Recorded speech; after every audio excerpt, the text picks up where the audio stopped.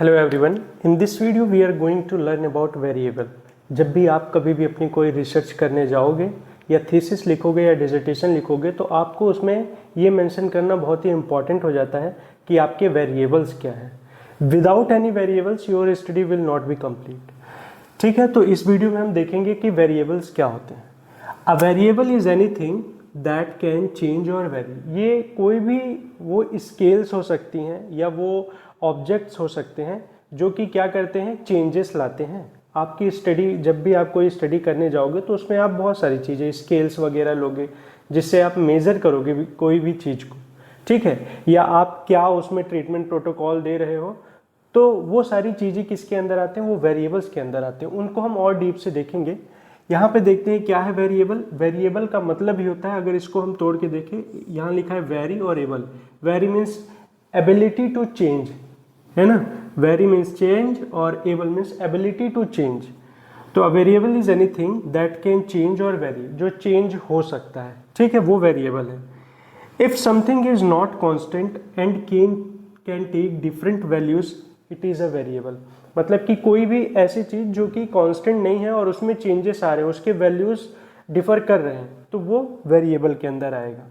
For example pen, जैसे कि मैंने अपनी स्टडी में क्या लिया, एक पेन का आउटकम मेजर लिया, वेरिएबल लिया, क्या वास वगैरह हो गया हमारा। ठीक है, तो मैंने अपनी स्टडी में जब वास के लिए किया, मान लो कि किसी को लो बैक एक पेन है और उस पर मैं स्ट्रेंथनिंग एक्सरसाइज करा रहा हूँ।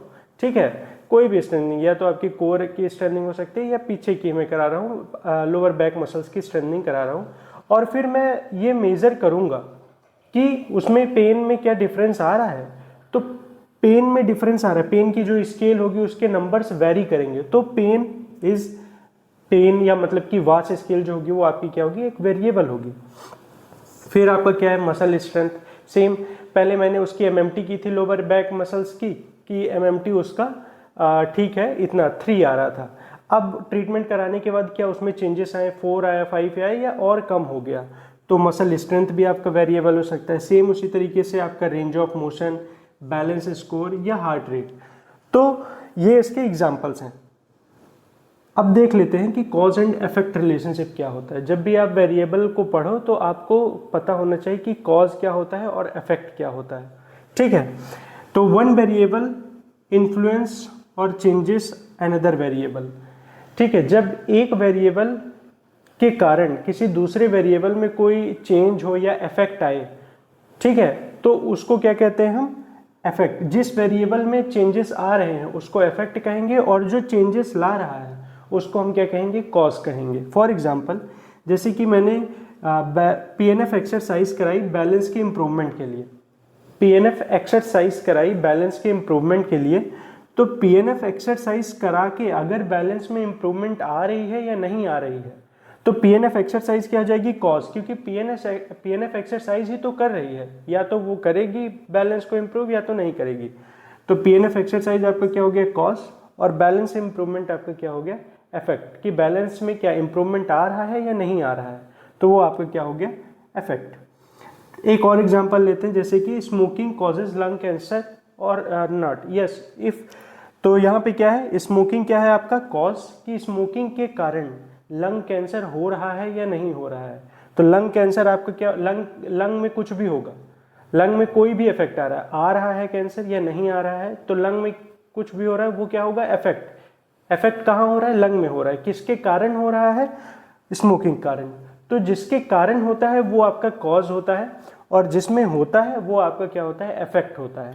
So now types of variable, कि अब देखेंगे कितने तरीके के वेरिएबल्स होते हैं।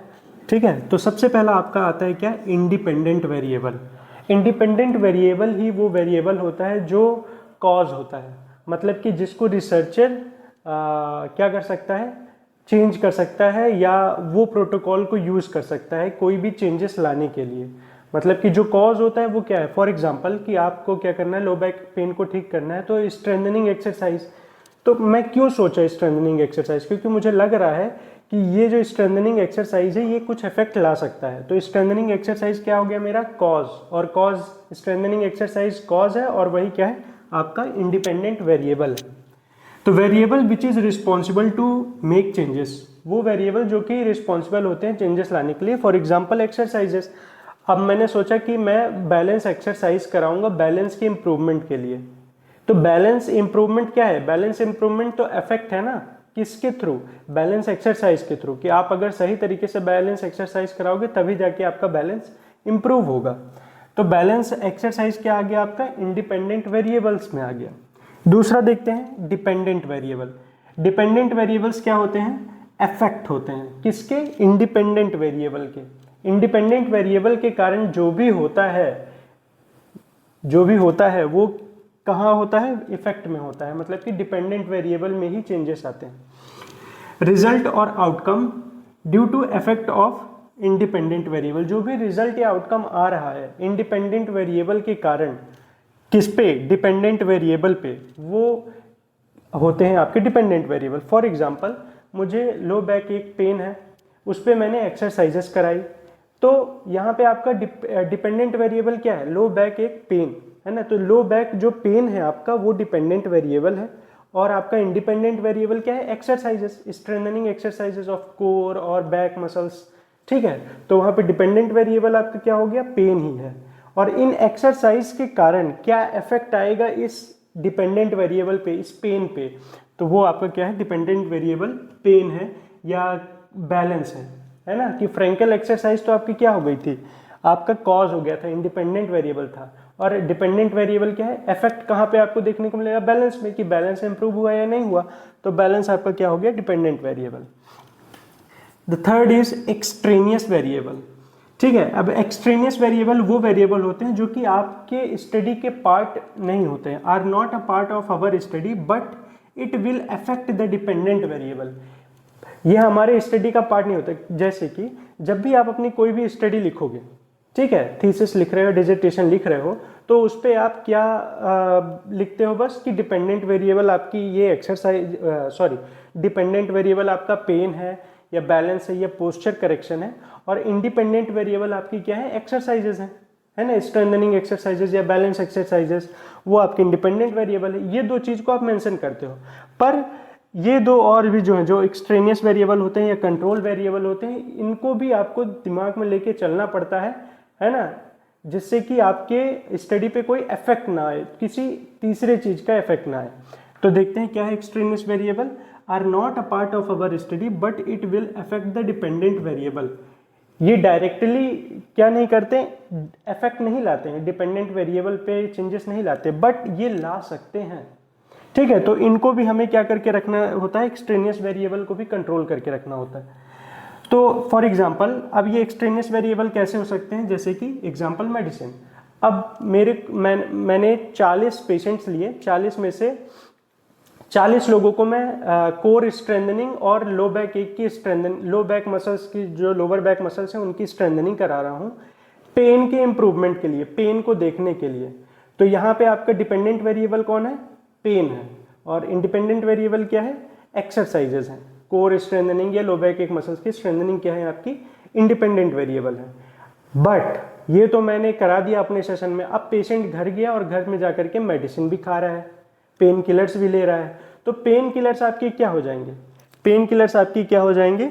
एक्सट्रेनियस वेरिएबल, है ना। कि वो घर में जाकर के मेडिसिन भी खा रहा है, तो क्या हो सकता है कि केवल मेडिसिन के कारण ये इंप्रूवमेंट दिख रहा हो कि पेन कम हो रहा हो, आपके एक्सरसाइज के कारण नहीं हो रहा है। तो ऐसे टाइम पे पेशेंट्स को हमें मना करना पड़ता है कि आपको नहीं लेना है, अगर आप कोई स्टडी कर रहे हो तो, ठीक है। और दूसरा एग्जाम्पल ऐसा हो सकता है कि आपने पोस्चर करेक्शन के लिए एक्सरसाइजेस कराई, आपने सेशन लिया, अब पेशेंट को आपने बताया है कि आपको हमेशा पोस्चर, इस पोस्चर में बैठना है, खड़े होना है या चलना है, बट पेशेंट घर जाकर के वो पोस्चर को अटेंड नहीं कर रहा है, वो एबनॉर्मल रॉन्ग पोस्चर्स में बैठ रहा है, तो उसके कारण भी आपकी स्टडी में इफेक्ट पड़ सकता है। तो ये सारे ही एक्सट्रेनियस वेरिएबल्स में आते हैं।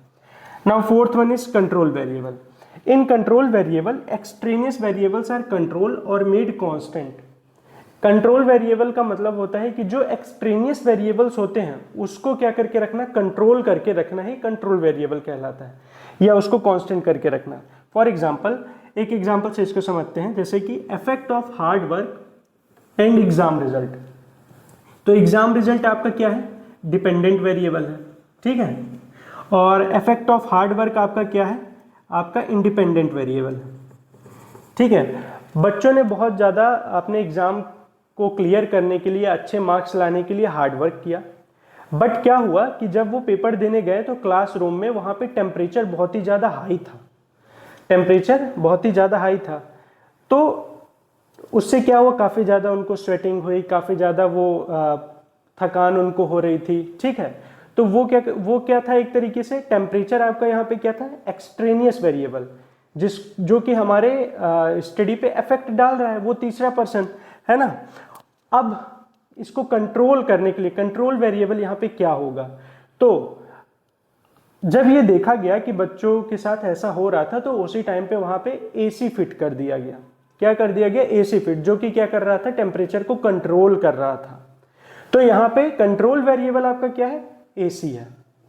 ठीक है, यहाँ पे कंट्रोल वेरिएबल क्या है हमारा, एसी है, जो कि टेम्परेचर को कंट्रोल कर रहा है। तो यहाँ पे टेम्परेचर के कारण आपके डिपेंडेंट वेरिएबल पे कोई इफेक्ट नहीं पड़ रहा है, केवल आपके डिपेंडेंट वेरिएबल पे इफेक्ट किसका पड़ेगा, आपके हार्डवर्क, आपने कितना हार्डवर्क किया उस एग्जाम को क्लियर करने के लिए। ठीक है, तो ये होते हैं एक्सट्रेनियस वेरिएबल और कंट्रोल। और कंट्रोल वेरिएबल को और एग्जांपल कैसे ले सकते हैं, जैसे कि